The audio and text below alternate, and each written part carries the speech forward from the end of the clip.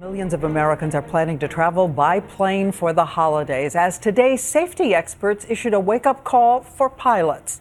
They have studied a new tape of that crash in San Francisco and are warning it's time to concentrate on people trained to fly the planes and not just the technology. ABC senior national correspondent Jim Avila takes us through this new tape.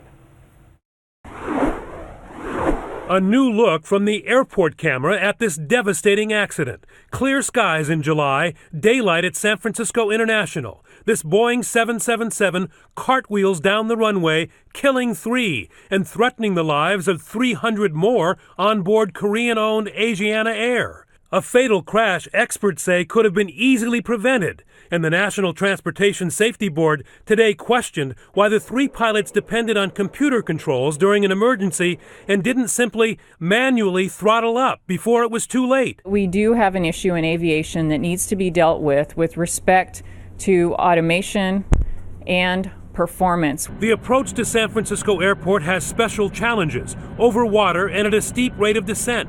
The pilot at the controls this day, in training on the 777, told investigators it was very stressful, very difficult to perform a visual approach with a heavy airplane, and he was very concerned, Cockpit communications show the flight was approaching normally. The pilot, unfamiliar with local geography, asking, "Is that the Golden Gate?"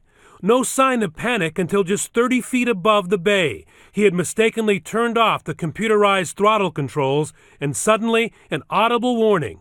The plane is flying too slowly, and the captain orders the junior pilot to go around, attempting to abort the landing, but it's too late. The Asiana accident is a huge watershed and a big wake-up call. We've got to stop over-relying on automation. One simple move by any of the pilots, pushing the throttle forward, would have lifted the 777 enough to make the runway and prevent the fatal crash. Instead, these pilots appeared too dependent on computer controls. We didn't have pilots in that cockpit. We had systems operators who apparently forgot how to fly out of an emergency by hand.